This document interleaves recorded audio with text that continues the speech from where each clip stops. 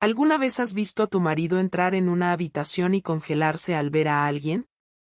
No hablo de sorpresa, hablo de esa mezcla de rabia y miedo que le cambia la cara, como si hubiese visto un fantasma que le debe dinero.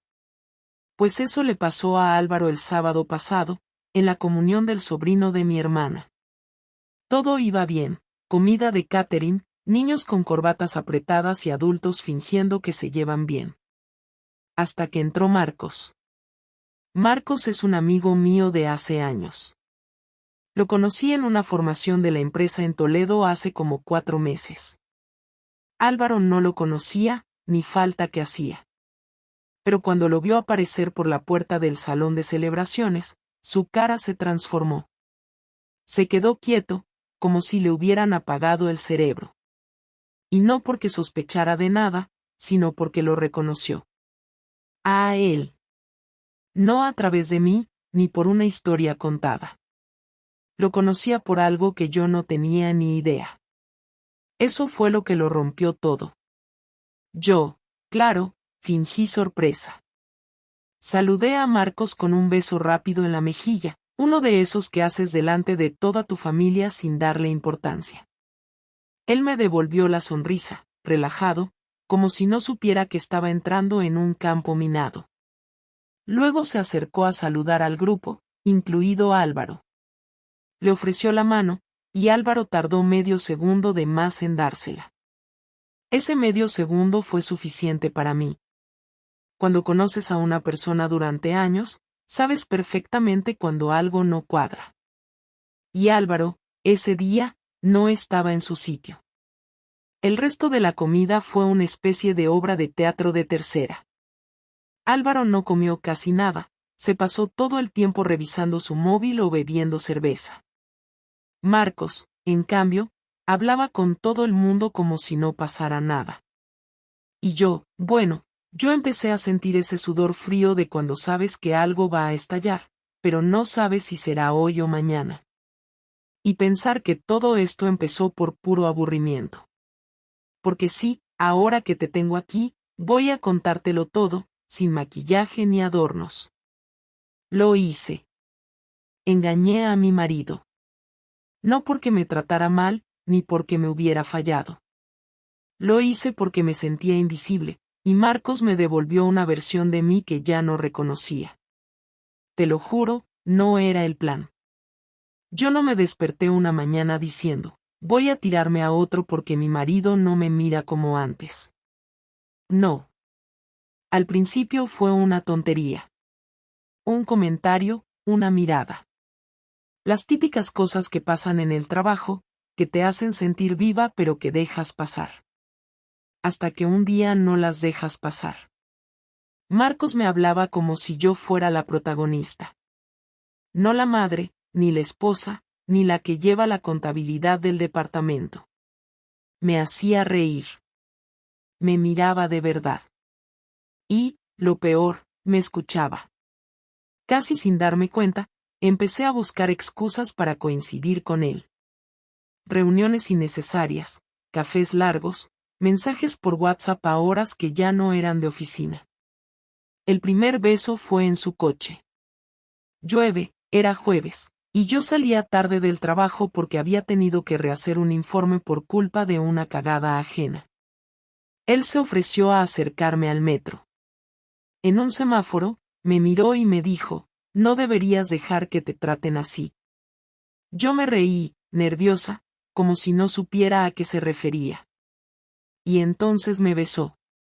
Yo no me aparté. Fue rápido, torpe incluso, pero suficiente. Esa noche no dormí. Durante días, no pasó nada más. Ni mensajes picantes ni propuestas indecentes. Solo más de lo mismo, pero con una tensión que podía cortarse con cuchillo. Hasta que un martes, sin ningún plan previo, acabamos en su piso. No te voy a contar los detalles. No hace falta. Solo te diré que esa noche volví a casa oliendo a otro hombre, y que Álvaro ni siquiera lo notó. Se había quedado dormido en el sofá, como casi siempre. Lo que no sabía era que esa historia no iba a quedarse escondida. porque el destino, o la mala suerte, o mi propio descuido, tenía otros planes. Y ese sábado, cuando Marcos apareció en la comunión, todo empezó a tambalearse. No fue al día siguiente. Ni al otro. Fue 5 días después, un miércoles por la tarde, cuando todo se empezó a torcer de verdad. Álvaro llegó antes de lo normal a casa, cosa extraña porque su jefe nunca lo dejaba salir antes de las 7. Yo estaba terminando de preparar la cena, y Dani aún estaba en clase de guitarra, así que había un silencio raro en la casa. Lo primero que me dijo cuando entró fue que necesitábamos hablar, pero no con ese tono que usas cuando algo va mal con el banco o cuando tu madre te pide un favor imposible. Fue con esa voz baja que solo le he oído usar una vez, cuando se murió su padre. Me senté con las manos aún llenas de harina porque estaba preparando croquetas, y no tuve ni tiempo de preguntarle qué pasaba. Sacó una servilleta del bolsillo del pantalón. Estaba arrugada y sucia, como si la hubiera tenido metida en el coche o en una mochila. La dejó sobre la mesa, justo frente a mí, sin decir una palabra. Al principio no entendí nada. Era una nota escrita a mano, con tinta azul, muy rápida, como escrita con prisa. Entonces viernes en tu casa o en la mía, carita con guiño. No llevaba nombre, ni fecha, ni nada que permitiera entender el contexto. Lo primero que hice, lo juro, fue reírme. Le pregunté si era una broma, si lo había cogido del trabajo o si era de algún compañero. Pero él seguía mirándome como si yo acabara de atropellar a alguien. No me respondió. Solo dijo, esto lo encontré en la mochila de Marcos. La dejó en el banco, mientras hablaba con tu cuñado. Supongo que no esperaba que nadie la mirara. Yo la abrí buscando el tabaco. Pensaba que era mía. Y entonces vi esto. Seguí sin entender, o mejor dicho, sin querer entender. Le pregunté qué tenía que ver eso conmigo, que yo no tenía nada que ver con Marcos fuera del trabajo, que si había salido una vez a tomar café era lo máximo. Y fue ahí cuando Álvaro levantó la voz por primera vez en años. No gritó, pero se le quebró el tono, ese temblor que da más miedo que si te pegan un portazo. Me dijo que no era idiota, que llevaba semanas notando algo, que el día de la comunión fue el colmo, que la forma en que yo miraba a ese tipo no era la forma en que se mira a alguien con quien compartes reuniones de Excel y hojas de cálculo. Me dijo que durante semanas había querido pensar que era todo cosa suya, celos sin sentido, paranoia de hombre cansado que empieza a imaginar cosas cuando la mujer deja de reírse con él, pero que ahora tenía pruebas. Que esta puta servilleta, era todo lo que necesitaba para saber que no estaba loco. Intenté negarlo, claro. Le dije que no había pasado nada, que Marcos era pesado, que yo no le había dado pie, que quizá lo había escrito para otra, que yo no tenía ni idea de esa nota. Me puse nerviosa, empecé a mezclar frases, a soltar cosas inconexas. Álvaro me miraba con una expresión que nunca había visto en él. No era rabia. Era decepción. Como si estuviera viéndome por primera vez en meses y no le gustara nada lo que tenía delante. Y entonces vino lo peor. Me dijo que había hablado con Clara, mi compañera del departamento, que por cierto es amiga suya desde el instituto, algo que yo había olvidado completamente. Según él, le preguntó si conocía a Marcos, si sabía algo raro. Y Clara, que no tiene filtro ni conciencia, le soltó que ya se comentaba por los pasillos que Lucía y el Nuevo de Toledo estaban demasiado unidos últimamente, que siempre iban a los cafés juntos, que una vez los vieron salir del parking a la misma hora aunque tenían horarios distintos. Me sentí acorralada. Por dentro, ya sabía que esto no lo podía arreglar, que la bomba ya había explotado. Pero aún así intenté defenderme. Le dije que Clara era una víbora, que siempre había estado celosa de mí porque la ascendieron después de mí, que era capaz de inventarse cualquier cosa para llamar la atención. Le dije que si de verdad creía que yo sería tan imbécil como para dejarme enredar por alguien como Marcos, con la vida que teníamos, con un hijo, con 15 años juntos, con la hipoteca, con todo lo que habíamos construido. Álvaro no contestó. Se levantó, fue al dormitorio y empezó a sacar cosas del cajón. Le pregunté si se iba, si de verdad pensaba dejarlo todo por una servilleta y un par de rumores. Me miró y me dijo que no se iba, que no era tan tonto como para darme el piso así como así. Que no pensaba hacerme la vida tan fácil. Que se quedaba. Pero que desde hoy éramos compañeros de piso, nada más. Que no quería saber nada de mí fuera de lo estrictamente necesario para el niño. Que lo que yo hiciera con mi vida le daba exactamente igual. Cuando Dani llegó, todo parecía normal. Cenamos en silencio. Álvaro le preguntó por la guitarra, yo fingí que estaba cansada. Nos fuimos a dormir como siempre, pero en la cama hubo 1 metro de distancia entre nosotros que nunca había estado ahí. Esa noche lloré en silencio. No por Álvaro. No por Marcos. Lloré porque por primera vez en años, sentí que ya no tenía control sobre nada. Todo lo que creía que podía manejar, se me había escapado de las manos como si nunca me hubiera pertenecido. Y lo peor era saber que esto solo acababa de empezar. El domingo siguiente, Álvaro me pidió que Dani se quedara a dormir en casa de su primo.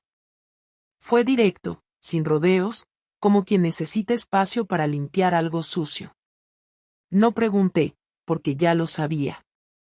Estábamos en el borde. Me pasé toda la tarde con una ansiedad que no sabía cómo controlar. Sentía que el aire pesaba más de lo normal y que todo en la casa tenía una especie de tensión escondida. A las 8 en punto, cerró la puerta con llave, vino al salón y se sentó frente a mí. No tenía nada en las manos, ni una cerveza ni el móvil, que siempre era su escudo para no hablar. Me dijo que ya no quería excusas, que si tenía algo que confesar, que lo hiciera ahora, porque no iba a darme otra oportunidad. Me quedé callada. Me temblaban las piernas y las palabras. No sabía cómo empezar. Durante días había pensado en 1000 formas de explicarlo, 1000 formas de suavizarlo, de cambiar los detalles para que doliera menos. Pero en ese momento me di cuenta de que ya no había forma de hacerlo más pequeño. Era lo que era. Álvaro no quería una versión blanda, quería la verdad, por muy asquerosa que fuera. Le dije que sí, que había pasado algo con Marcos, que no era una relación, que no estaba enamorada, pero que sí había pasado. Fue un desliz, le dije, un error. Le rogué que no pensara que era algo planeado, que no fue una traición con estrategia. Le dije que me había sentido sola, que no me sentía mirada ni escuchada, que no fue por falta de amor, sino por cansancio, por rutina, por el silencio que se había instalado entre nosotros desde hacía tiempo. Él me escuchó sin interrumpir. No me miraba a los ojos, miraba al suelo, como si tuviera que mantener la mirada baja para no estallar. Cuando terminé, me pidió detalles. Quería saber cuántas veces. ¿Cuándo? ¿Dónde? ¿Qué había pasado exactamente? Quería hechos, no emociones. Me preguntó si había sido en nuestra casa. Le dije que no. Me preguntó si había sido más de una vez. Le dije que sí. Me preguntó si había sido solo sexo. Le dije que sí. Me preguntó si me había gustado. Me quedé callada. No supe qué responder, porque cualquier respuesta era una puñalada directa. Él lo entendió. Asintió y se levantó. Dijo que necesitaba un cigarro. No fumaba desde hacía 3 años, pero en ese momento abrió el cajón donde guardábamos las cosas de los invitados, sacó una cajetilla vieja que había quedado olvidada, y salió al balcón. Lo vi desde el sofá. Fumaba sin parar, uno tras otro, como si cada bocanada fuera una manera de vaciar lo que sentía. Volvió después de 15 minutos, con la voz completamente rota. Me dijo que no sabía si podía perdonarme, que no sabía si quería hacerlo. Me preguntó si yo lo había hecho alguna vez antes. Le dije que no. Me preguntó si Marcos seguía escribiéndome. Le dije que sí, pero que lo había bloqueado esa misma semana. Me pidió el móvil. Se lo di. Lo revisó todo. Las conversaciones, las fotos, el historial de llamadas. No encontró nada reciente. Me dijo que era tarde para esconder pruebas, que si había algo más, ese era el momento. Le juré que no. No porque quisiera convencerlo, sino porque de verdad no había más. Álvaro se sentó otra vez, y me preguntó si yo pensaba que él tenía parte de culpa. Le dije que no era cuestión de culpas, que no lo justificaba, pero que sí me sentía abandonada emocionalmente, que echaba de menos sentirme vista, deseada, como si todavía fuera una persona y no solo una figura más en la casa. Me dijo que él también se había sentido solo, que había estado cansado, sí, pero que nunca cruzó ninguna línea, que lo máximo que había hecho era mirar alguna tontería en internet, pero que jamás le faltó el respeto a nuestra relación. Me dijo que mientras yo me acostaba con otro, él cuidaba de nuestro hijo, pagaba facturas y creía que estábamos en un bache como todos los matrimonios. Lo que vino después fue una especie de discusión silenciosa. No nos gritamos, no nos insultamos, pero cada frase era una cuchillada seca. Me preguntó por qué no se lo había dicho antes, por qué no me había ido si estaba tan mal, por qué había permitido que las cosas llegaran a ese punto. Le respondí que no lo sabía, que había tenido miedo, que no quería romper mi vida por algo que ni siquiera tenía futuro. Me dijo que lo más doloroso no era el acto en sí, sino el engaño sostenido, el hecho de haber vuelto a casa cada noche, haberme visto en pijama, haber cenado conmigo, sin saber que ya no estábamos solos en nuestra historia. En algún momento lloré. No porque él me hiciera sentir culpable, sino porque por primera vez me vi desde fuera, me vi como él me veía en ese instante, y no me reconocí. No era la mujer que yo creía ser. No era la pareja que había prometido ser. No era la madre que Dani merecía. Pero era demasiado tarde para cambiar lo hecho. Álvaro me dijo que necesitaba tiempo, que no iba a tomar decisiones apresuradas, que no quería que Dani lo supiera todo, que por ahora diríamos que estábamos atravesando un mal momento y que íbamos a darnos espacio. Esa noche dormimos en habitaciones separadas. Yo no pude pegar ojo. Lo escuché moverse de un lado a otro, ir al baño, volver, encender la tele. Al día siguiente, cuando nos cruzamos en la cocina, fue como si viviéramos en un limbo. Nos hablamos poco. Dani no notó nada, o al menos fingió no notar nada, cosa que le agradecí en silencio. Yo fui a trabajar como si nada, sonreí en la oficina, respondí correos, atendí llamadas. Por dentro, era un desastre. Lo peor era saber que no tenía a quién culpar. Yo lo había hecho. Yo había tirado la primera piedra. Y ahora solo me quedaba esperar a ver qué hacía él con los pedazos.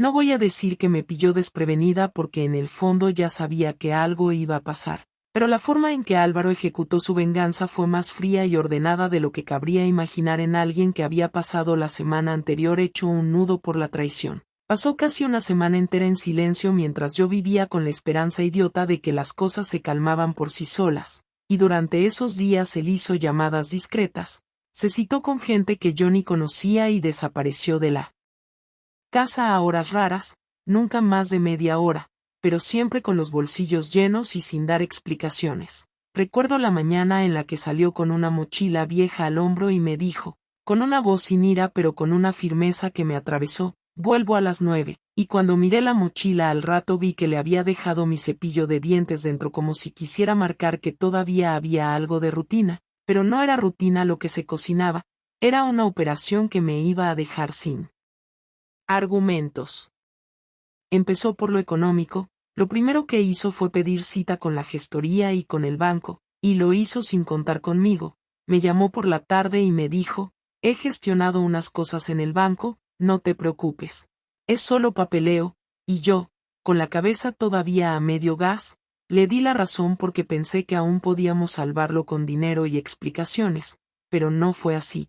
En verdad había cambiado las tarjetas conjuntas por unas nuevas a su nombre, había dejado órdenes de domiciliación separadas y había transferido a una cuenta nueva fondos que teníamos para las vacaciones y para imprevistos, y cuando pregunté le respondió con una calma que olía a decisión tomada: no voy a poner en riesgo lo de Dani por algo pasajero, prefiero que las cuentas estén claras, como si fuera justo y administrativamente correcto, cuando en realidad estaba marcando el primer golpe. Dejarme sin la posibilidad de seguir con el mismo ritmo de vida sin discutir cada gasto. Seguidamente vino lo legal, fue al abogado que tenía un conocido de su trabajo y pidió un expediente informativo sobre cómo proceder en caso de separación, pidió asesoramiento sobre custodia provisional, sobre medidas cautelares y le dijo al abogado, en voz baja, que lo que necesitaba era que yo no tuviera tiempo ni espacio para maniobrar, que lo primero era proteger el día a día del niño, que el resto vendría después. Y por eso al cabo de 2 días teníamos un contrato de medidas provisionales listo por si yo optaba por la vía extrajudicial, algo que me hizo sentir que lo que había empezado como secreto íntimo se estaba transformando en una maquinaria fría y pública.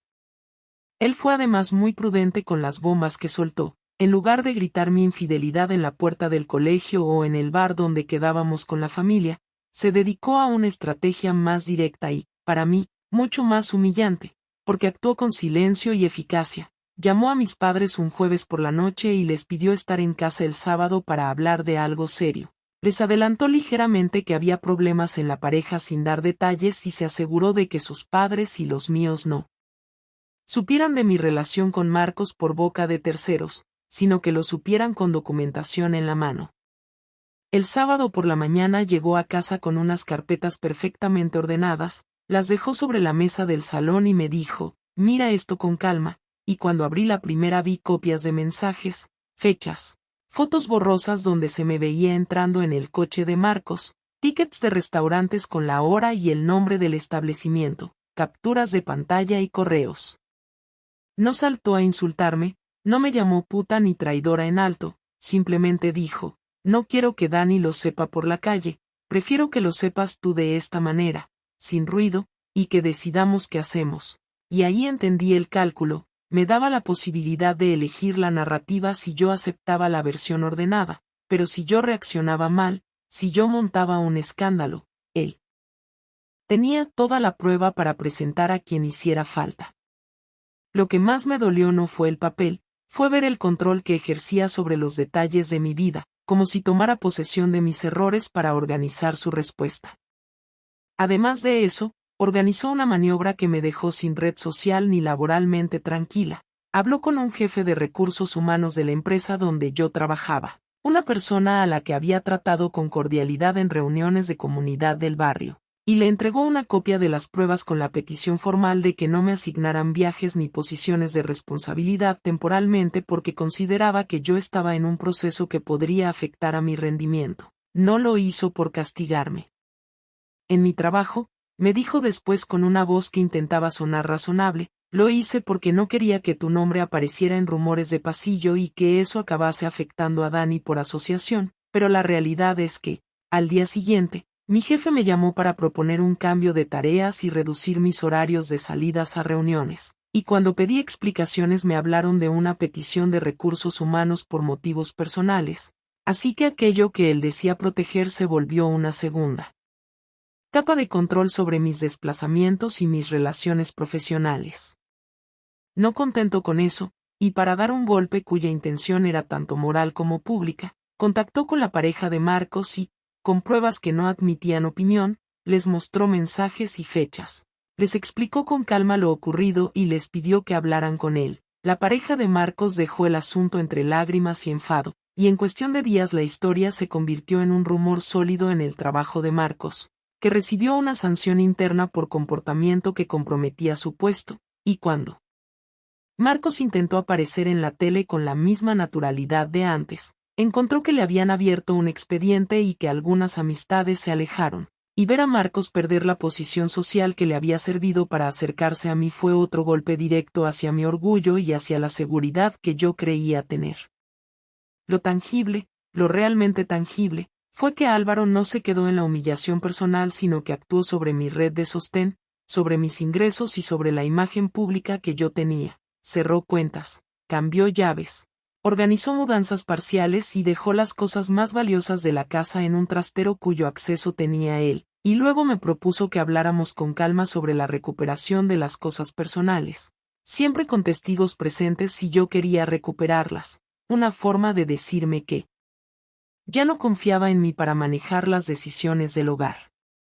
Recuerdo una conversación en la que le dije, con voz temblorosa y queriendo llorar, no podíamos intentarlo, no podíamos ver a un terapeuta, hablar con alguien, intentar arreglarlo sin destrozarlo todo, me respondió, pausado, sin elevar la voz, lo intenté, pero me faltan motivos para creer que esto no volverá a pasar, y aunque lo intentemos ahora, no quiero que Dani se cruce con eso de nuevo. Necesito garantizar su rutina, y no había reproche melodramático en sus palabras sino una acumulación de decisiones que él consideró racionales. Todo esto me dejó con la sensación de que la venganza que él eligió no buscaba hacerme daño físico ni humillarme con gritos en la calle, se centró en vaciar mis apoyos, me dejó desprovista de dinero, con mi reputación laboral golpeada, con la pareja del otro enterada y actuando, y con la casa como un lugar en el que cada objeto tenía ahora un dueño que controlaba su disponibilidad. Ese tipo de venganza fue la que me rompió por dentro porque convertía mi error en una sentencia práctica, una que había elegido él mismo y que empezaríamos a pagar los dos, aunque yo había sido la responsable del inicio del proceso.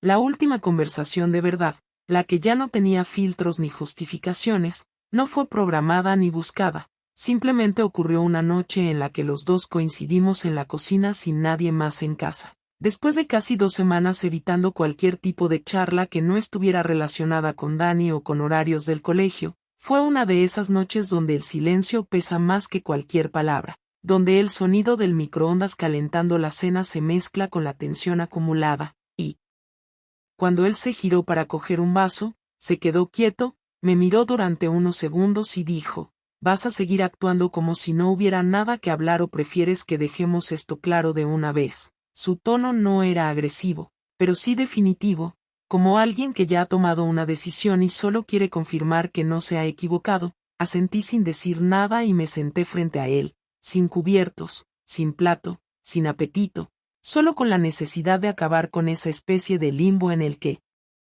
llevábamos instalados desde el día en que todo se descubrió.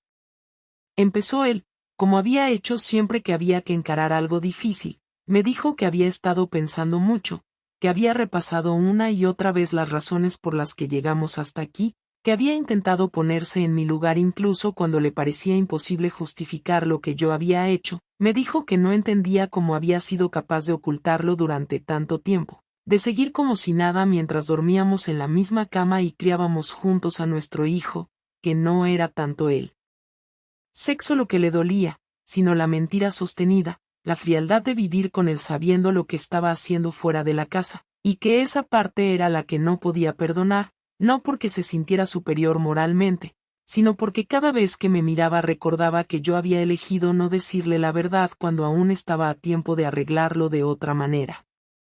Yo intenté explicarle otra vez que no fue una aventura larga ni planeada, que no me enamoré de nadie, que no quería romper la familia, que simplemente me sentí sola y no supe cómo pedirle atención sin parecer una quejica o una mujer vacía que necesitaba validación externa para sentirse bien. Le hablé con más honestidad que nunca. Le conté que muchas noches me había sentido como una sombra dentro de la casa, como una compañera de piso eficiente, como una cuidadora de horarios, de comidas, de deberes, pero no como una mujer deseada, y que Marcos apareció en un momento donde yo ya no sabía si aún tenía valor más allá de ser madre y esposa funcional. Le dije que sí, que cometí un error grave, pero que no fue por maldad ni por egoísmo, que simplemente perdí el control de algo que empezó siendo una tontería y terminó en algo que me costó más de lo que imaginaba.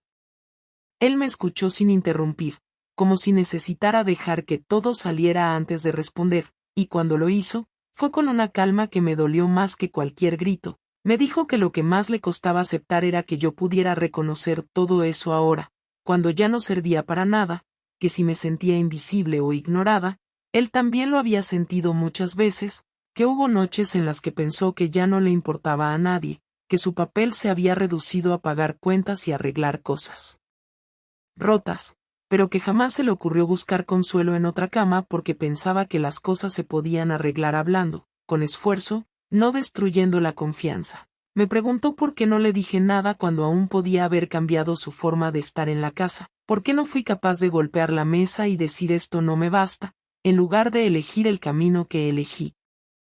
No supe qué responderle.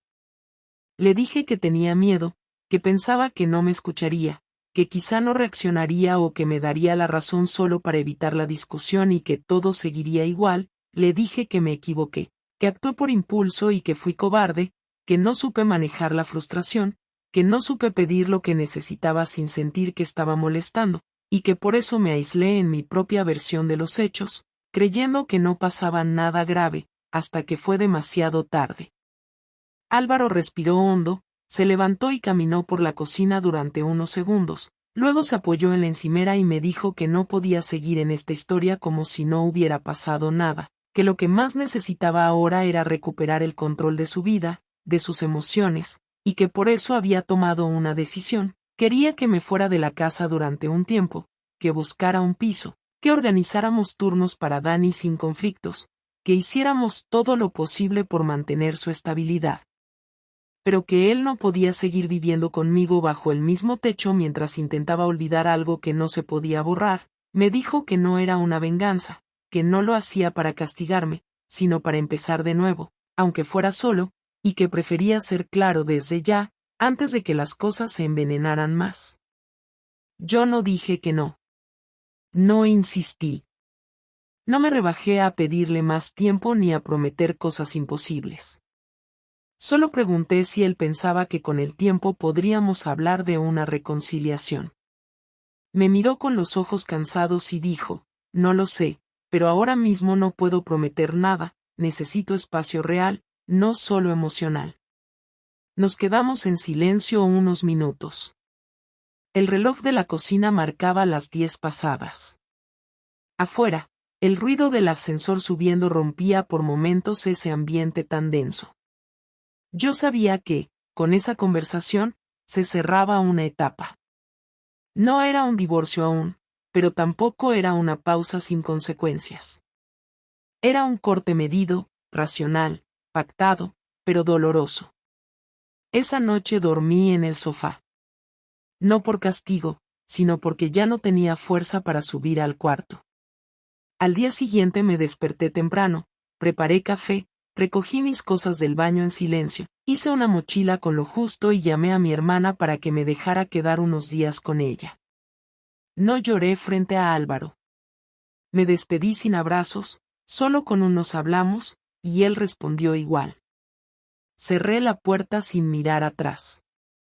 Sentí que no era una huida ni una expulsión.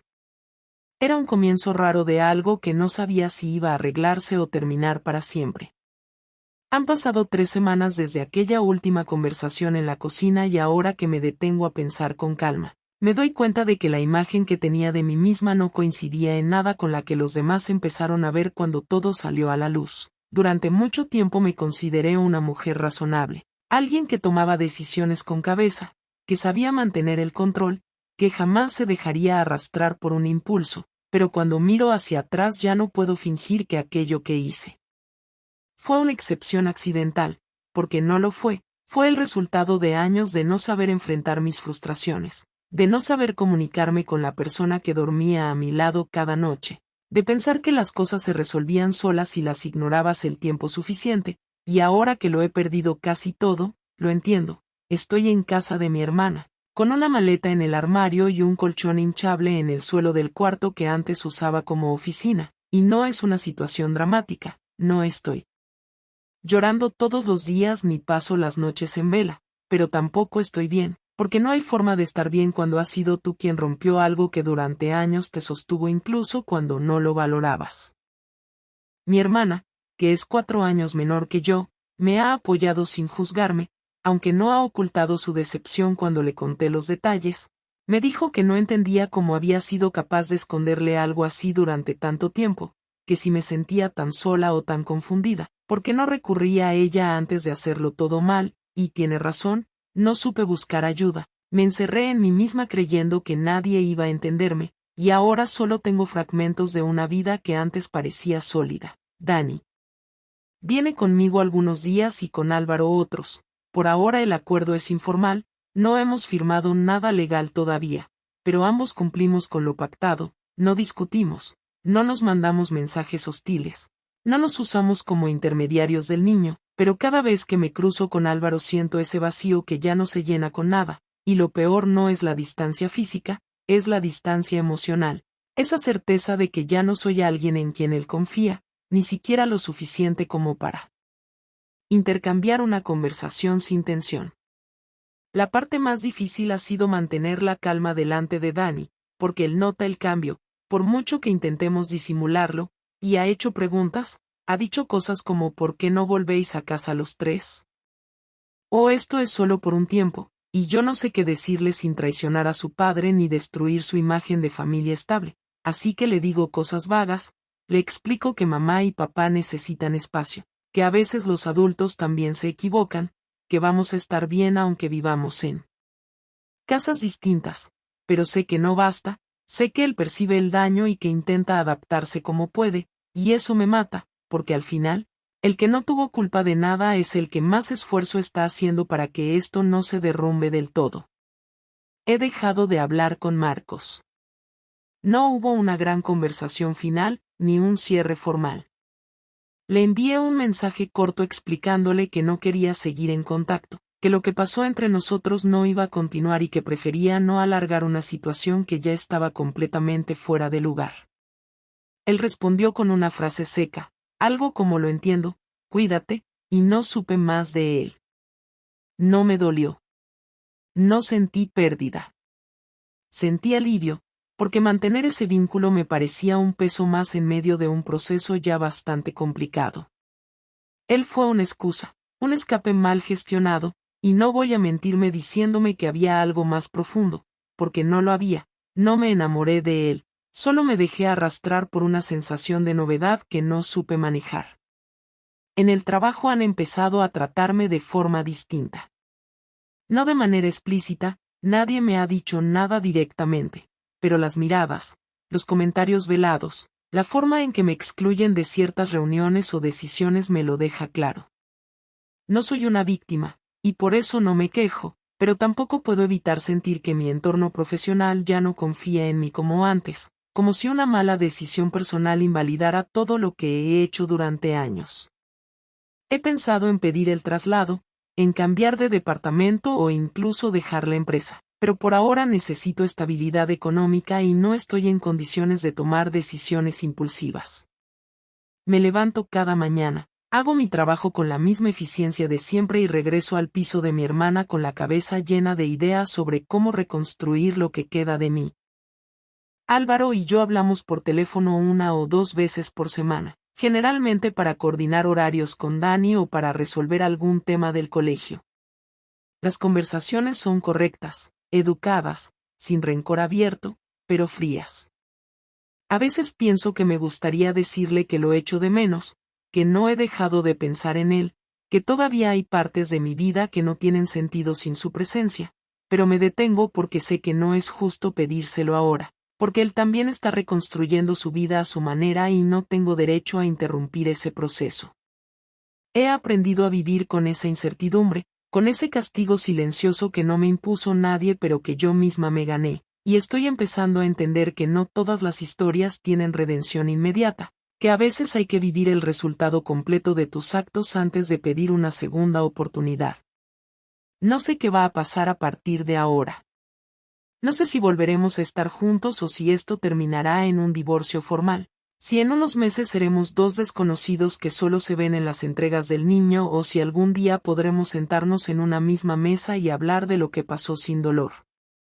Lo único que sé con certeza es que no quiero volver a cometer los mismos errores. No quiero volver a esconder lo que siento. No quiero volver a dejar que una rutina me convierta en una figura que apenas se sostiene. Quiero recuperar algo de dignidad, aunque sea desde el suelo. Quiero volver a mirarme al espejo y no ver a alguien que arruinó su vida por no saber pedir ayuda a tiempo. A veces, por las noches, cuando Danny ya está dormido y mi hermana trabaja en su ordenador en la sala, me quedo en la cama pensando en cómo sería la conversación si pudiera retroceder el tiempo y decirle a Álvaro todo lo que me guardé. Me imagino diciéndole que me dolía su silencio, que necesitaba sentirme parte de algo más que la logística familiar, que deseaba que me mirara como al principio, que aunque suene tonto, a veces solo necesitaba que me preguntara si estaba bien. Pero esas palabras ya no sirven. Lo que sirve ahora es aceptar que lo arruiné y que me toca vivir con eso.